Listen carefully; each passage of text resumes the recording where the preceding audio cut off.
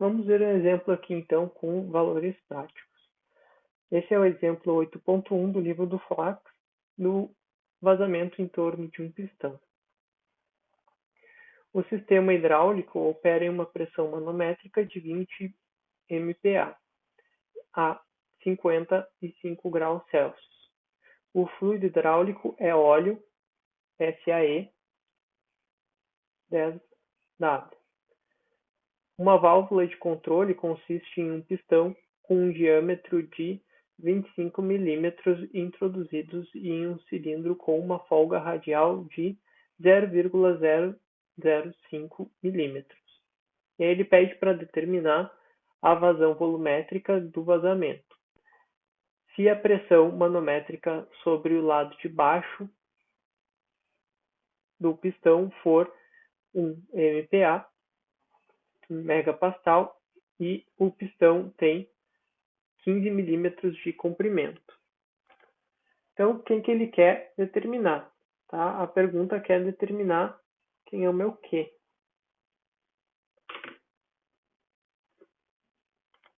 E aí a gente viu que para o escoamento laminar, permanente, incompressível e que ele esteja completamente desenvolvido, nós podemos utilizar aquela expressão que nós acabamos de calcular, em que Q sobre L vai ser igual a A, que é o comprimento entre os pistões, tá? Ao cubo, divididos por 12 mu L vezes o meu ΔP. Logo, eu vou ter que o meu Q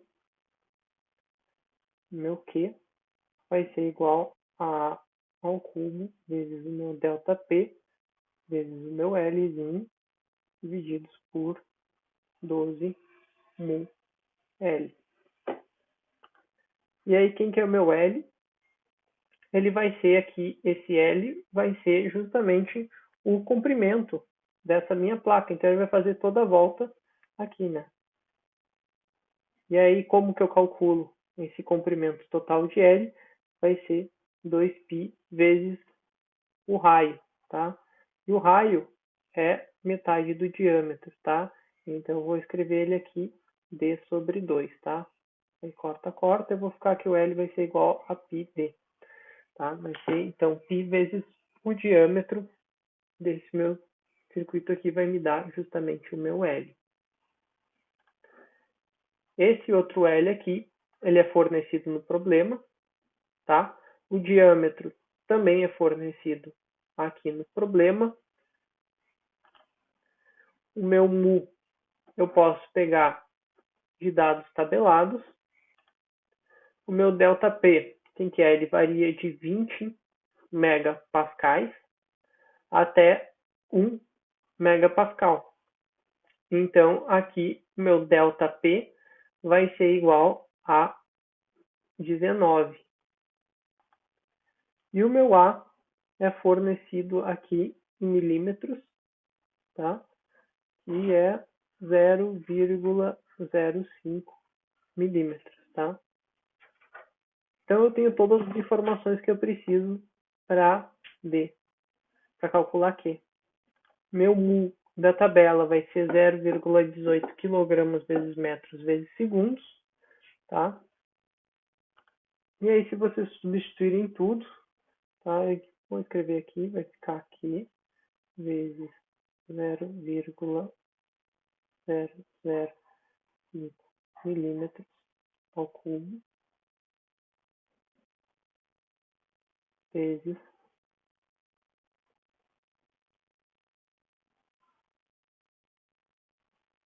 19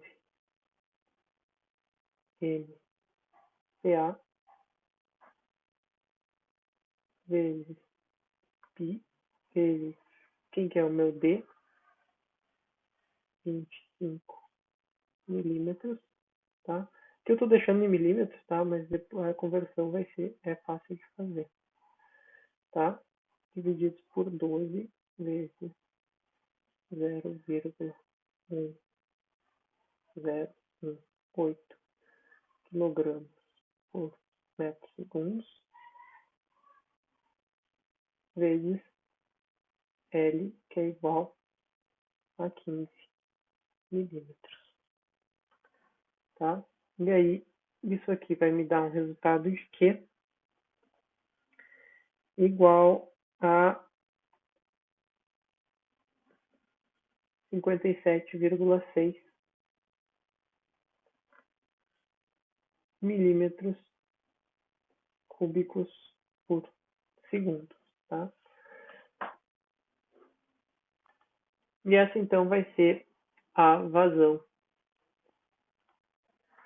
Para a gente ter certeza que esse escoamento é laminar, a gente, então, conhecendo a vazão, a gente tem que ter certeza se ele é laminar, calculando, então, o nosso número de Reynolds. Tá? Então, uma vez que a gente calculou o nosso escoamento laminar, nós podemos voltar, então, de Q para velocidade, por meio daquela expressão que nós encontramos anteriormente, para ver justamente se o meu escoamento ele é laminar. Se ele não for laminar, todo esse cálculo que nós fizemos está errado. Então, eu tenho que meu Q vai ser igual a 57,6 milímetros por segundo, que a gente acabou de calcular, e isso vai ser igual à minha velocidade média vezes a área. Logo, eu posso escrever que a minha velocidade média vai ser igual ao meu Q sobre o meu A, que é igual a 57,6 milímetros cúbicos por segundo, divididos pela minha área, que é igual a L, que a gente tinha calculado ali, que era πd, vezes o meu Lzão. Tá? E aí a gente precisa substituir, então, esse valor aqui, eu vou ter 15 milímetros. Aqui o meu D vai ser 25 milímetros.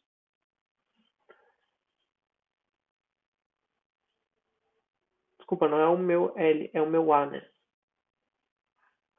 Aqui é o meu A, tá? Então, eu vou ter 0,005 milímetros vezes o meu D, que é o meu diâmetro.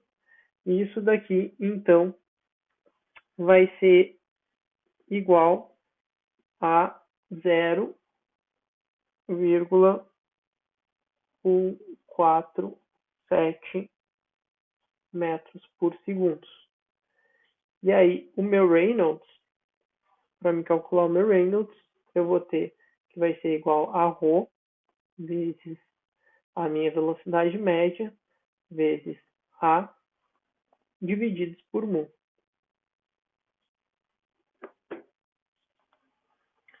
E aí, ρ aqui eu tenho que pegar na minha tabela, a minha tabela da USG, tá? Então, o meu SG do óleo, ele é igual a 0,92, tá?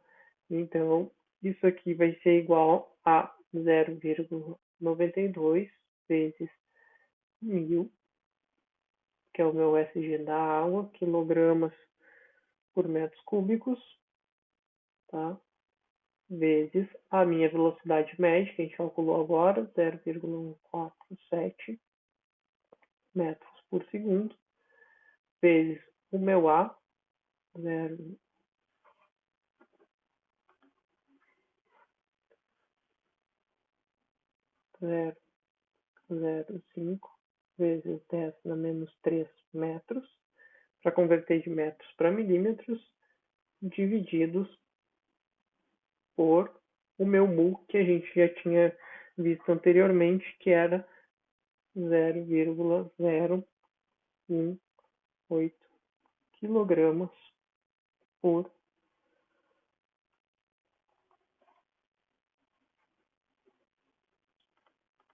metros vezes segundos.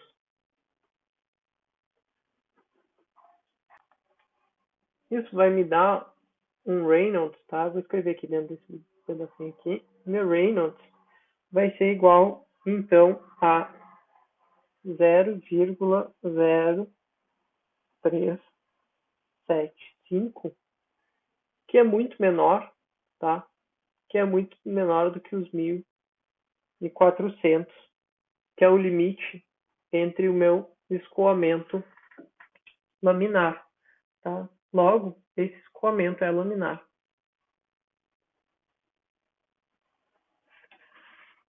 Certo? Então, a gente pode utilizar aquela aproximação que a gente utilizou para calcular a vazão. Vamos ver o que aconteceria agora se, em vez do movimento acontecer na vertical, como de um pistão, ele fosse um rolamento lubrificado por um fluido. Então, agora, o meu deslocamento ele está acontecendo nesse sentido. Eu tenho aqui, tá? Ele está virando nesse sentido, tá? Isso você tem várias peças de automóveis que se comportam dessa maneira, tá? E aí, se eu der um zoom nele, eu posso considerar que o fluxo que está ocorrendo entre essas duas partes móveis, tá? Ele vai estar se comportando aqui justamente como um fluido entre duas placas, tá?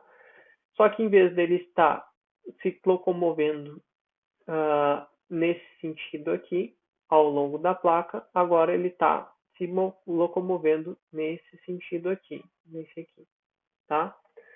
E aí nós vamos ver quais que são as nossas condições de contorno desse problema. Tá? Então, aqui, quando meu y for igual a zero, pela lei do não escorregamento, eu vou dizer que a velocidade vai ser igual a zero na superfície. Já quando ela está em contato com a parte móvel do meu cilindro, ele vai ter a velocidade U igual a U, que vai ser a velocidade com que esse meu cilindro aqui vai estar girando. Tá? E essa expressão aqui para velocidade a gente já tinha calculado, a gente não vai precisar calcular ela novamente. Nós vamos utilizar ela, o que nós precisamos fazer é considerar as situações, as condições de contorno adequadas agora, porque elas variaram. Tá? Então aqui, quando minha placa de cima estiver se movendo e a de baixo estiver parada, eu posso considerar então aqui o meu C na condição de contorno do fundo vai ser igual a zero, U vai ser igual a zero, logo o meu C0 vai ser igual a zero para que essa expressão fique toda igual a zero, tá? Então agora, para descobrir o meu C1, eu vou aplicar a minha outra condição de contorno e eu vou ter U quando meu y for igual a A. Então eu vou substituir aqui onde eu tenho y, eu vou substituir por A, e a minha condição ali de U, antes a gente tinha considerado ela igual a zero, aqui a gente vai considerar ela como meu Uzão maiúsculo, tá? Então, A, e aqui vai ser zero, tá? E aí, se eu resolver essa expressão, tá? Eu vou passar aqui para esse lado, na expressão aqui, eu vou obter a seguinte expressão para o meu C1, tá? E agora, então, eu vou reescrever essa expressão da velocidade. Então, se eu aplicar aqui as condições de contorno na minha expressão da velocidade, eu vou substituir aqui o meu C1 por esse valor aqui de U vezes mu divididos por A, menos 1 meio de dp dx vezes A, vezes o meu Y. Eu vou obter, então, a seguinte expressão para U. Tá? E esse vai ser o comportamento do meu perfil de velocidade U ao longo de Y. E agora eu vou aplicar o mesmo procedimento que a gente tinha calculado anteriormente para descobrir a minha tensão de cisalhamento, uma equação para a minha velocidade média, uma equação para a minha vazão volumétrica e uma equação para encontrar o meu ponto de velocidade máxima e a minha velocidade máxima. Tá? Então, aqui, se eu pegar minha tensão de cisalhamento, vai ser igual ao meu mu vezes o meu du dy. Então, se eu derivar essa expressão aqui em relação a y, tá? A gente já tinha feito essa derivada, inclusive, anteriormente, só aqui que surge um termo novo aqui desse lado aqui da expressão, que vai ficar mu vezes U sobre A, tá? E esse lado aqui continua basicamente igual ao que estava antes, tá? E aí, então, eu tenho a seguinte expressão para a minha tensão de cisalhamento, para o meu perfil de tensão de cisalhamento, porque ele está variando em função de y. Aqui a minha velocidade média, a gente já viu como é que a gente calcula ela, a gente vai integrar então aquela expressão de U, e aí quando a gente integrar essa expressão de U, vai aparecer aqui esse termo aqui vai ficar U ao cubo, esse termo aqui vai ficar A ao cubo, aplicando as condições de contorno, e o que surge de novo é justamente esse termo aqui, que vai ficar então U vezes A ao quadrado, divididos por 2, divididos por A, aí corta o quadrado daqui, fica U vezes A divididos por 2, tá? Então, esse termo novo surge quando a gente considera a nossa nova condição de contorno. Para a vazão volumétrica vai ser a mesma coisa, nós vamos escrever então Q sobre A, aí aqui a expressão para A vai ser exatamente igual, o que nós vamos estar adicionando aqui, aqui é apenas, então, essa expressãozinha aqui que vai estar a mais nesse termo. E aí a gente vai ter, então, que a nossa velocidade média vai ser função de U sobre 2. Lembrando que U aqui é a velocidade de rotação do meu rolamento. E aí aqui sim é a expressão assim como a gente tinha calculado anteriormente, tá? E o ponto de velocidade máxima vai ser exatamente quando o meu du sobre o meu dy for igual a zero. E aí eu vou derivar, então, essa expressão de u dy. E aí a gente vai obter, então, u sobre a ao quadrado, divididos por 2 mu, vezes o meu dp dx. E aí aqui, essa expressão, esse lado aqui da expressão fica igual, exatamente igual ao que a gente tinha calculado anteriormente, tá? E aí a gente pode observar que não necessariamente, na verdade, a nossa velocidade máxima, ela não corre mais em A sobre 2. Olha que interessante, tá? Anteriormente, nós tínhamos essa placa aqui parada, e o meu perfil desenvolvido de velocidade, ele era assim. Ele era mais ou menos assim, com y máximo no meio. Esse perfil aqui, tá? Ele vai ser A sobre 2, meu A sobre 2 está aqui no meio, tá? Vezes 1 menos U vezes A, tá?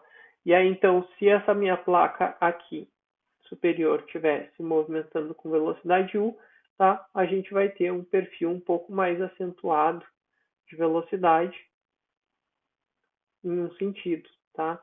Então, ele vai estar ocorrendo um pouco abaixo da região de centro.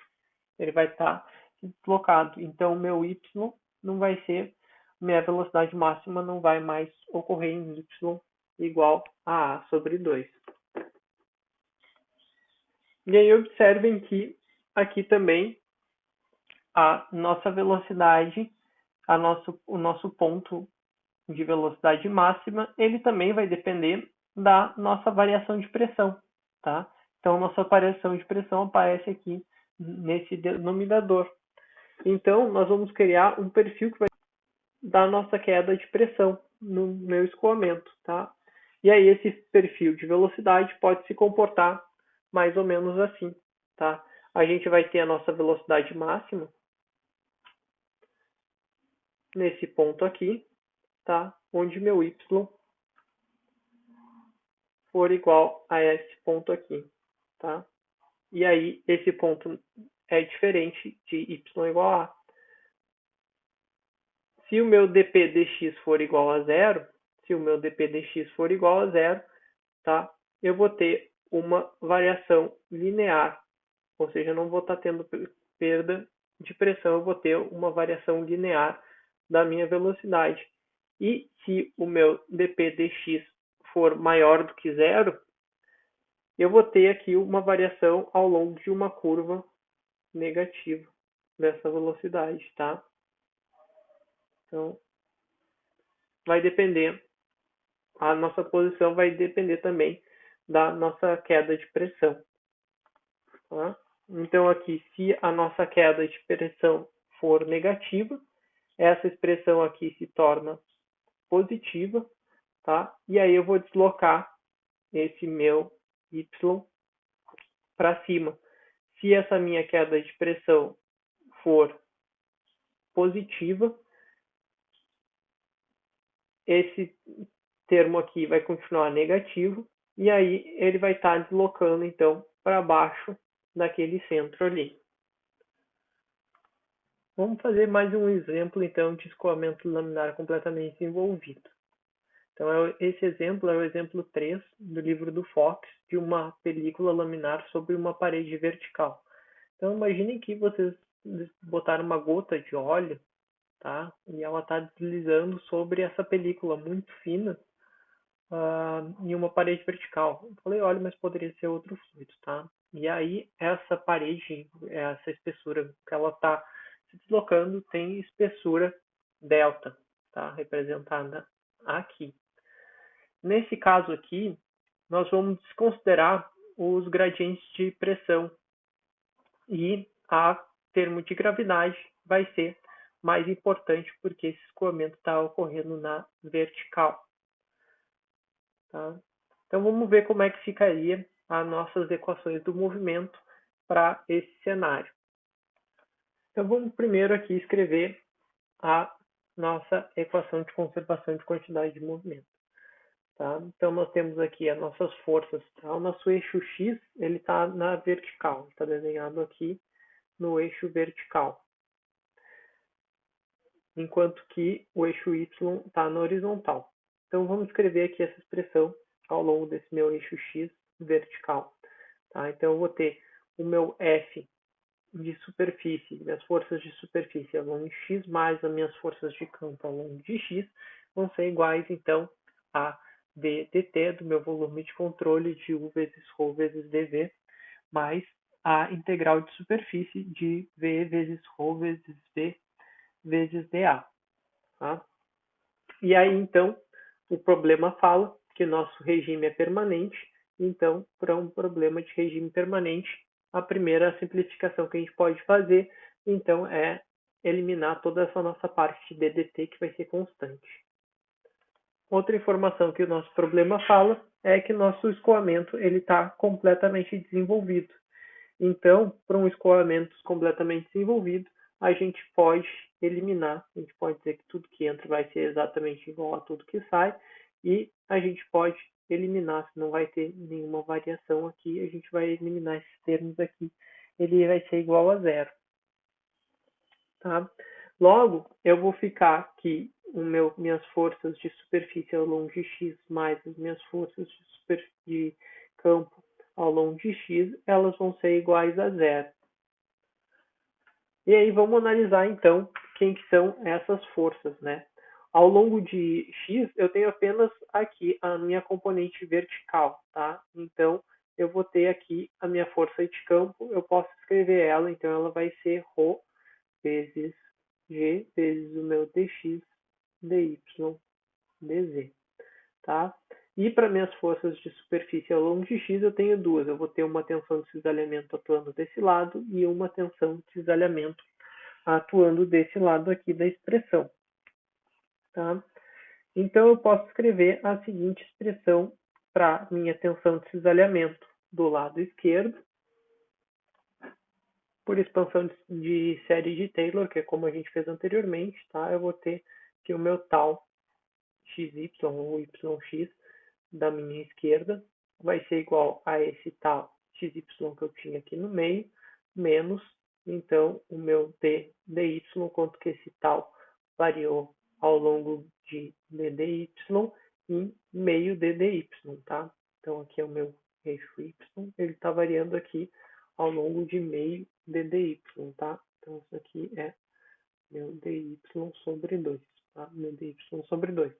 E desse lado da expressão aqui, nós vamos fazer a mesma coisa, só que para mais dy sobre 2, tá? Com isso eu consigo escrever quem que são as minhas tensões de cisalhamento dos dois lados da placa. E aqui eu tenho a minha força de campo. Tá? Então agora basta eu vou somar todas essas expressões. E aí eu vou ficar então com a seguinte expressão. Tá? Vou ficar esse termo aqui, menos, tá? Porque está no outro sentido, menos d dy, d de tal dy vezes d dy sobre 2, tá? E aí eu tenho dx dy, desculpa, dz, né? dx dz, e aqui dx dz, isso. E aqui com essa expressão aqui, o meu tal xyr, e aqui então meu fb, tá? Aqui eu posso observar que eu tenho o meu dx e o meu dz de todos esses lados da expressão, então eu posso simplificar esses termos aqui, tá? Com isso, então, eu vou ficar com a seguinte expressão, tá? Esse aqui vai ser menos com menos vai ser mais, então vai ficar esse mais esse vai ficar esse menos esse, tá? Então, esse daqui mais esse daqui vai ficar igual a meu d digital xy divididos pelo meu dy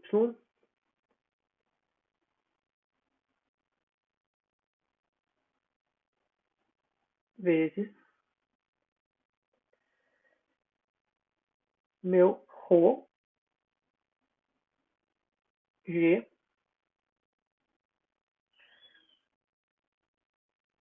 Isso aqui, então, tudo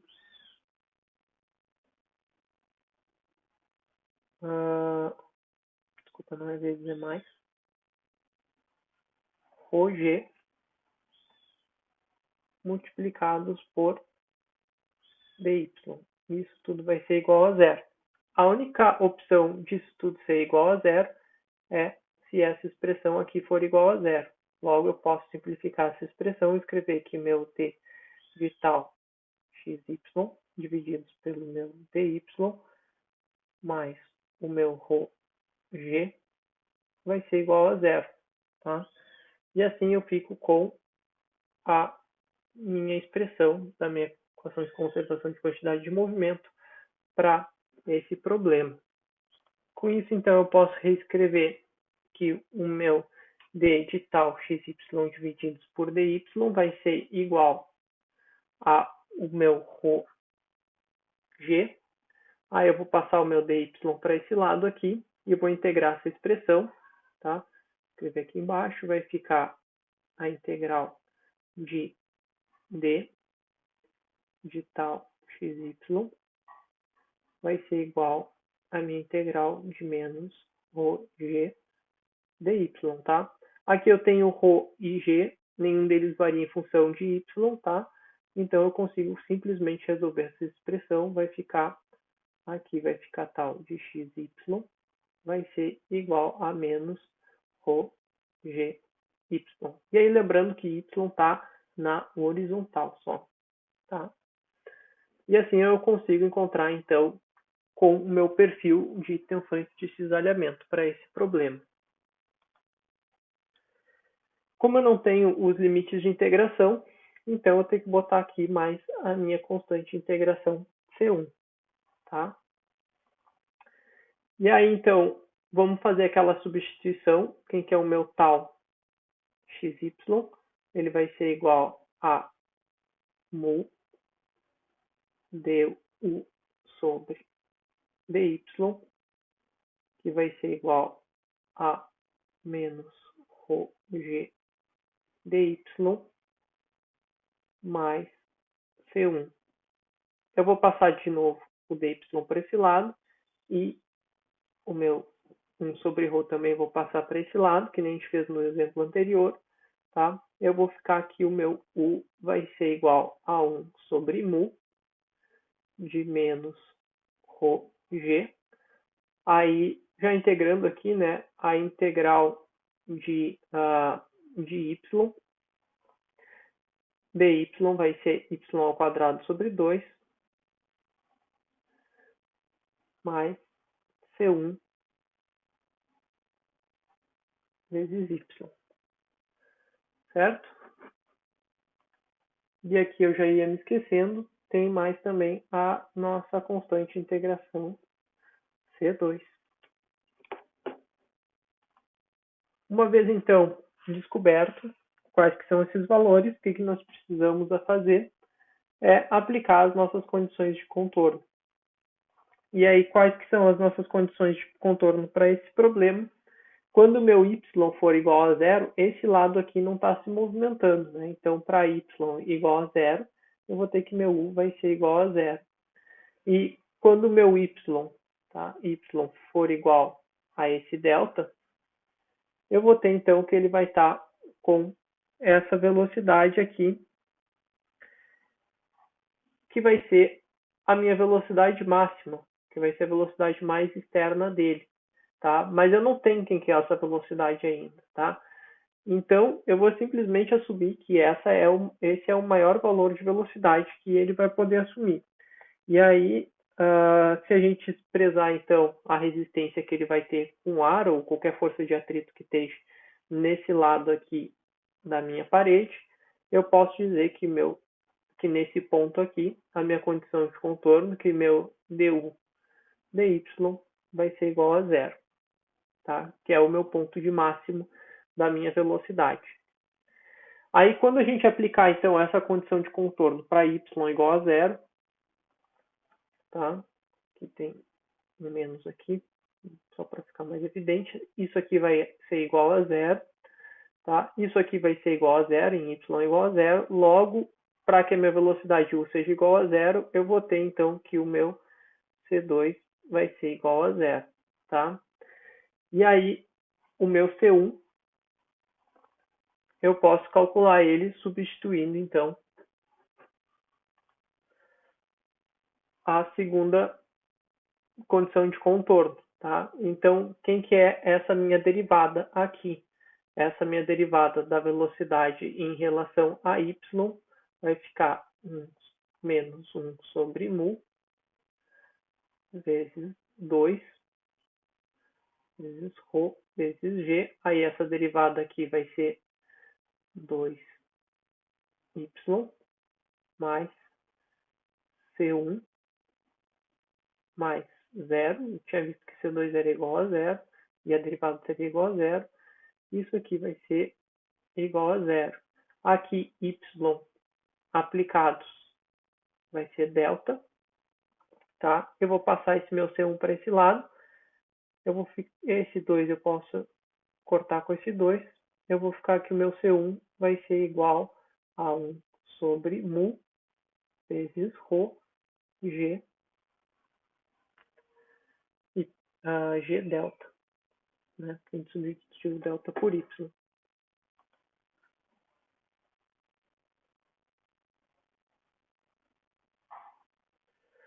Tá? Então aqui eu tenho as minhas duas variáveis que eu defini utilizando apenas as condições de contorno, e agora eu vou simplesmente reescrever essa expressão u aqui para a gente ficar com ela reescrita da forma correta.